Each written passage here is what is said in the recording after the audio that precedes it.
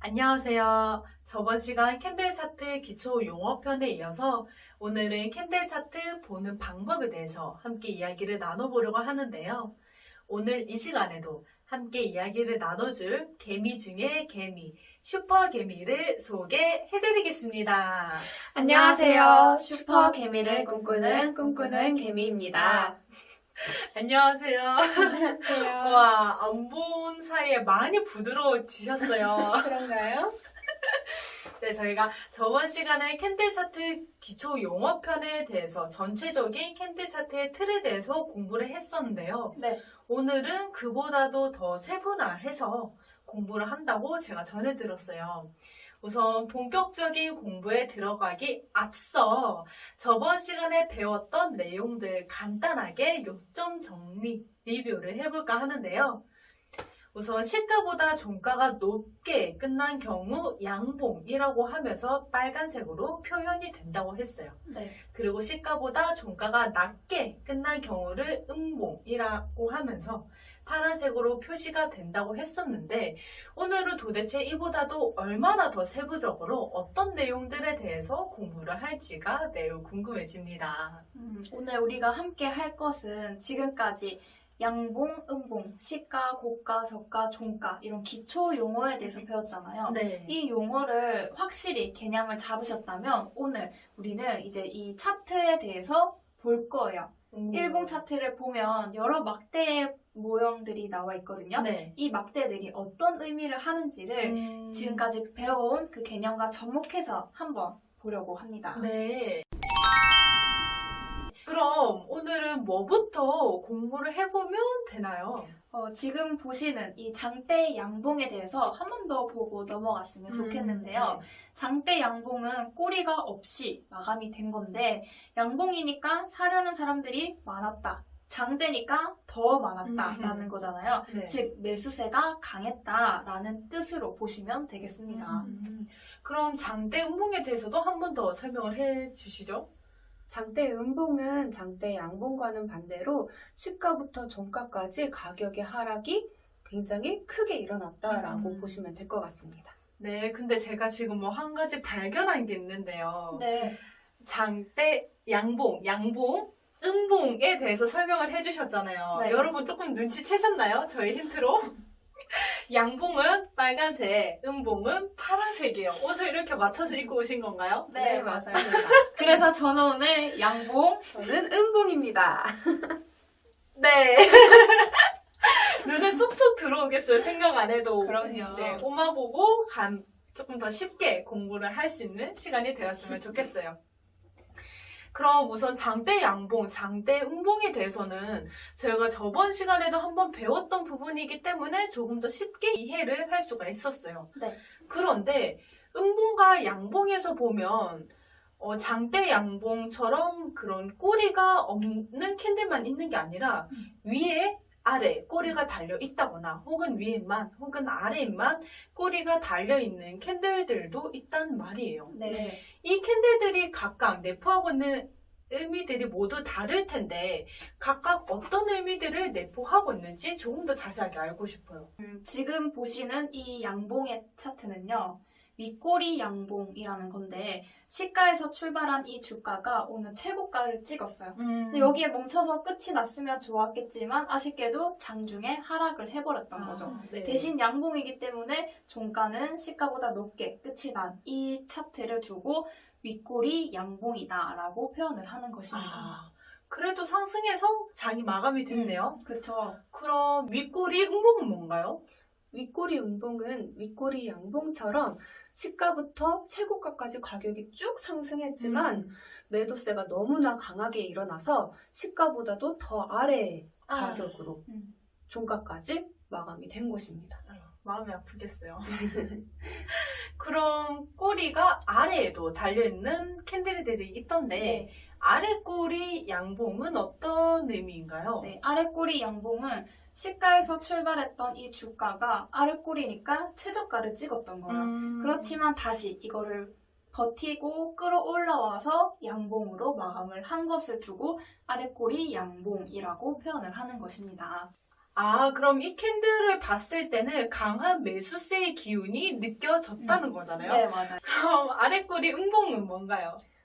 아래꼬리 음봉은 시가에서 최저가까지 가격이 쭉 하락을 했다가 다행히도 매수세가 강하게 나타나면서 상승을 했지만 시가보다 조금 더 못한 가격인 그보다 조금 더 아래의 주가로 마감이 되는 것을 말하는 겁니다. 네, 아래 꼬리 음봉, 양봉에 대해서는 이해가 되었는데 그런데 지금 이 캔들의 모양을 보면 아래 꼬리가 매우 길어요. 그런데 반대로 양봉이나 음봉과 같은 그 캔들의 길이는 매우 짧단 말이에요. 네. 혹시 이 캔들의 의미라 하는 거는 또 좀 더 새로운 의미가 있을까요? 여기 보시면 양봉은 시가에서부터 출발을 하잖아요. 네. 근데 주가가 장중에 정말 아래로 곤두박질 음. 쳐버렸던 거예요. 하지만 그 하락을 다시 이겨내고 버텨서 올라오긴 했는데 시가보다 살짝 높은 위치에서 네. 종가를 찍었다는 그런 뜻으로 보시면 되겠습니다. 아, 그럼 아래 꼬리 음봉도 좀 비슷한 의미를 가지고 있을까요? 네, 맞아요. 시가에서 최저가까지 가격이 쭉 하락을 했는데 네. 매수세가 강하게 나타나면서 그 하락의 폭을 조금 메웠다가 메우긴 했지만 시가보다도 조금 더 아래 가격으로 마감을 했다는 겁니다. 2% 부족하게? 네, 2%. 딱 2% 부족하게 됐었네요. 네. 네. 우선 대부분의 캔들들은 위에만 꼬리가 있다거나 아래에만 꼬리가 있다거나 하는 캔들의 모양들은 다양한데 그런데 또 어떤 캔들들은 위에도 꼬리가 있고 아래에도 꼬리가 있어요. 이렇게 꼬리가 위아래로 모두 달린 캔들도 있는데 이 캔들은 어떤 뜻이죠? 지금 보시는 캔들은 몸통의 길이가 굉장히 짧죠. 네. 그리고 꼬리들은 굉장히 길고요. 네. 여기서 양봉의 막대표는요. 시가에서 종가까지 살짝 상승한 상태로 마감을 했는데 그 장 사이에 하락의 폭과 상승의 폭이 거의 비슷하게 매수와 매도가 거의 줄다리기 하듯이 비슷하게 싸워서 끝이 났다라고 보시면 되겠습니다. 거의 막상막하의 네. 싸움 네. 치열했네요. 네. 음봉도 똑같나요? 네, 맞아요. 음봉 같은 경우는 양봉보다 가격이 조금 하락된 모습으로 마감을 했지만 그 중에서는 상승과 하락이 계속해서 줄다리기를 하고 있었다라고 보시면 될 것 같아요. 네. 윗꼬리와 아랫꼬리의 길이도 어느 정도 비슷하다 보니 조금 그런 플러스와 같은 모양, 십자가 같은 모양이 연상이 되기도 하는데요. 이 캔들의 모양의 이름이 또 따로 있다고 들었어요. 네. 말씀하신 대로 십자형 도지라고 네네. 보시면 됩니다. 그래서 제가 십자가가 머릿속에 남았었나봐요. 그럴게요. 오늘 이렇게 캔들 차트 보는 방법에 대해서 배웠어요. 괜히 저는 긴장하고 왔는데 긴장 안 해도 될 뻔했어요. 너무 쉽게 공부를 했네요. 저번 시간에 캔들 차트 기초 용어편 배울 때 양봉, 음봉만 알아도 한 캔들 차트 50%는 먹고 들어간다 라고도 표현을 해주셨는데요. 네. 그럼 제가 캔들 차트 기초 용어편도 배웠고 네. 지금 여러분들께서도 캔들 차트 보는 방법에 대해서도 배웠어요.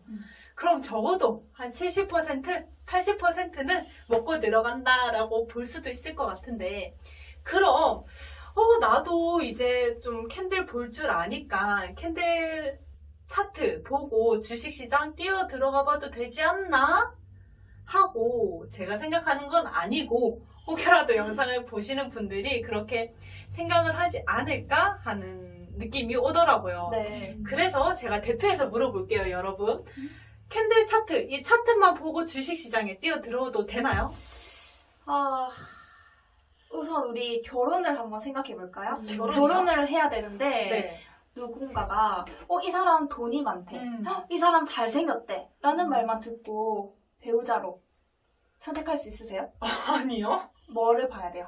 에이, 그 사람의 좀 그런 마음, 됨됨이, 가치관으로 봐야 될 거고, 그 사람의 가정 환경은 어땠는지, 혹은 그 사람의 현재 사회적 뭐 위치나 그런 경제적 능력은 어떤지 하면서 따질 게 얼마나 많은데 그것만 보고 그쵸. 결혼을 해요. 네.